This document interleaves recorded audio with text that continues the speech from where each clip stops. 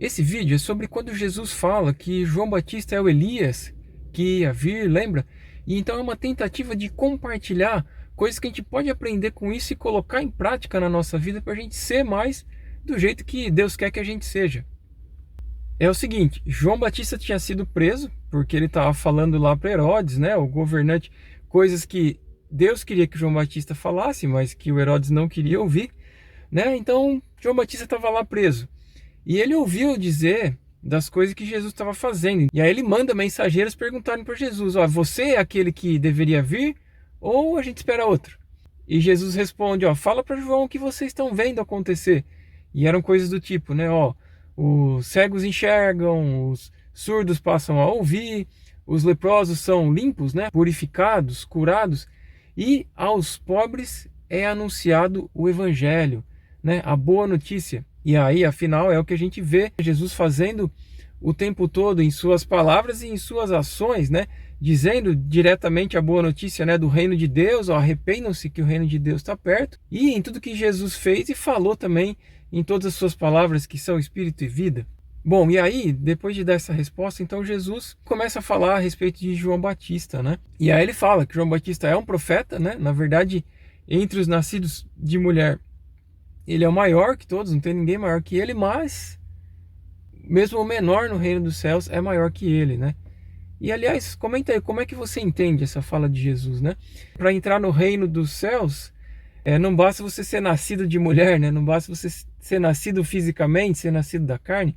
Você precisa nascer do Espírito, nascer do vento, né? Ouvir a voz de Deus e segui-la, né? Mesmo que não saiba de onde vem, nem para onde vai. Ou mesmo a gente pode pensar naqueles que estão no reino dos céus, talvez já num outro âmbito, já tendo passado dessa aqui para uma melhor, literalmente, né? E aí mesmo o menor ali está numa condição, vamos dizer assim, revestida de glória maior que qualquer um aqui, né? Enfim, a gente pode parar para pensar, aprofundar nisso daí, você pode compartilhar o que você tem. E é nesse momento também, nessa fala de Jesus, que ele vai emendar ali, né? Que até João, a lei e os profetas profetizaram, né? E que ele fala, se vocês querem dar crédito, esse é o Elias que deveria vir. E de fato, desde a concepção de João, o anjo fala para Zacarias, pai dele, que João viria no espírito e poder de Elias.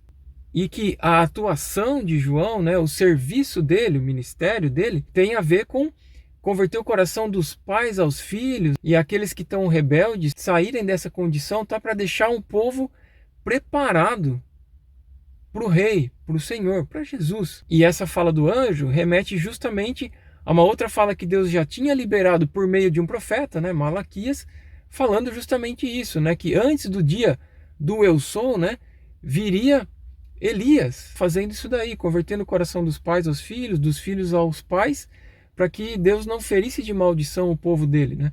Ou seja, uma vida vivida nessas condições vai deixando o povo numa condição mais de bênção e superando aquelas ações que acabam resultando em maldições, porque aí o povo ele já está um pouco mais liberto, vamos dizer assim, mais preparado para receber aquele que Deus iria enviar, e de fato enviou Jesus, o próprio rei, o próprio filho de Deus, né, que aí se faz filho do homem também, né, ou seja, que vem também em forma humana, manifestando aquilo que Deus é.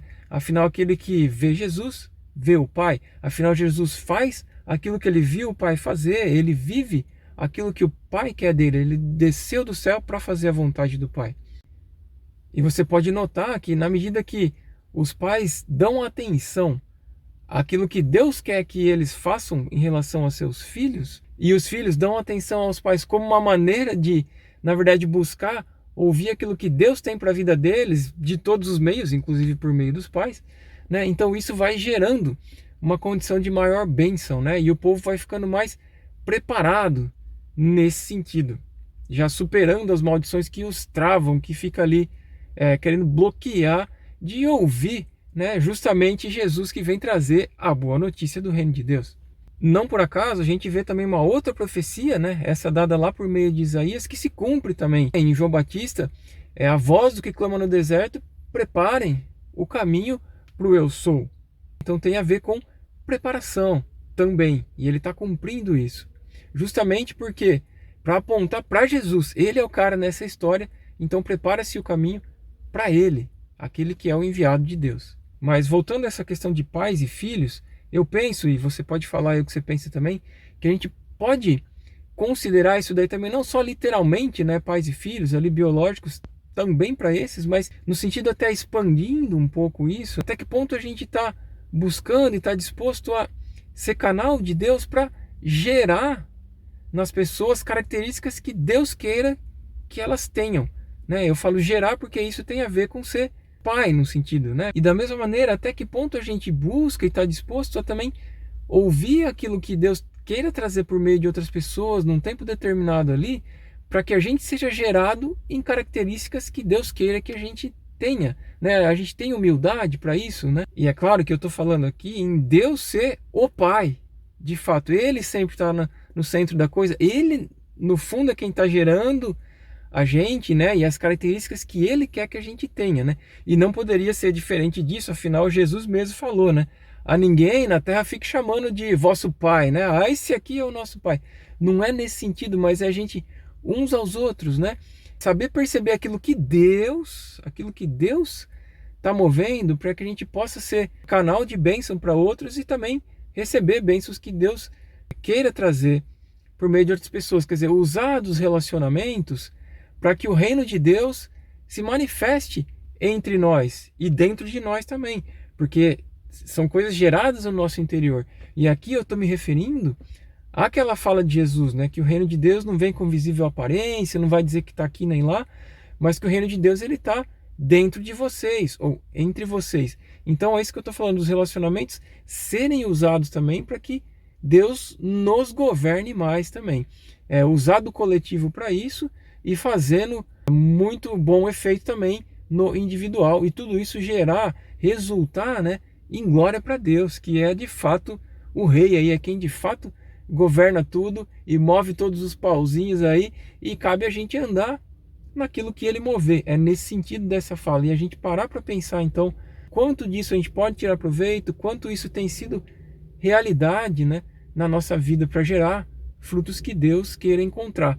Afinal, ele como um agricultor que plantou uma videira, né, ele quer encontrar frutos dos quais a gente vai ser ramo dessa videira na medida que a gente seja discípulo de Jesus, permanecendo nele, que é a videira verdadeira. A ideia é ser filhos do Pai, que está no céu, como Jesus disse, né? Quando ele estava ensinando a respeito do Pai ser misericordioso e falando para a gente ser como o Pai é, ou seja, misericordioso como ele, que é quem dá a chuva sobre os justos e injustos, o sol sobre os bons e os maus, e fazer o bem a quem não te faz bem, etc. Que aí Jesus coloca, serão filhos do Altíssimo, ou seja, gerados por ele, ter as características que ele tem. Esse é o foco. Bom, e outra coisa para perceber sobre esse assunto é que Jesus mesmo, em outra ocasião, quando os discípulos perguntam para ele, por que dizem que Elias tem que vir primeiro, tal, né? Jesus falou, Elias já veio, mas não o reconheceram. Pelo contrário, fizeram com ele o que quiseram, né? E assim, né? João Batista foi preso por Herodes e um tempo depois teve a cabeça cortada, a mando de Herodes, que na verdade fez isso a pedido de Herodias, né? Que era a mulher com quem ele estava ali. E se você for ver, Elias também, com o governante da época lá, com o rei de Israel, Acabe, né? Teve questões muito parecidas, né? Por conta dele falar para o rei coisas que Deus queria que ele falasse, mas que o rei não queria ouvir. Ele foi perseguido e por conta do posicionamento dele com os falsos profetas lá, a Jezabel, né, que estava casada lá com o rei de Israel, também estava procurando matar Elias, né? A diferença é que no caso de Elias, Deus levou ele lá na carruagem para o céu, porque depois ele tinha ainda umas outras coisas para fazer, né? E João Batista, Deus permitiu já que que acontecesse isso mesmo, né? Que fosse executada essa intenção maligna ali, né? Mas que para João Batista, claro, é recompensa no céu, né? Feliz quem é perseguido por causa da justiça, né? Por conta de viver aquilo que Deus acha justo, certo? Não é isso que Jesus falou? E o exemplo máximo é o próprio Jesus. E ele até fala, fizeram o que quiseram com João Batista e vai ser assim também com o Filho do Homem, como de fato foi. E Jesus permaneceu ali, vivendo aquilo que o Pai quer, indo para a cruz, né, passando por aquilo que tinha e gerando com isso perdão de pecados, redenção e tanta coisa que a gente tanto precisa por conta do sangue dele que foi derramado. E aí Jesus também foi exaltado por Deus, tendo o nome que é acima de todo nome, tendo toda a autoridade no céu e na terra.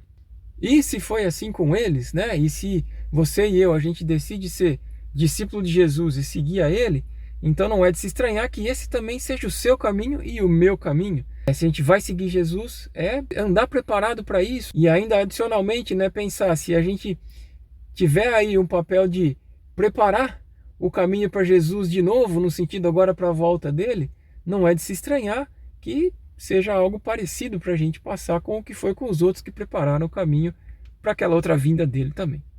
E vale lembrar também que nesse contexto, ao falar de João Batista ser o Elias, Jesus também coloca sobre usar de ímpeto para entrar no reino de Deus, né?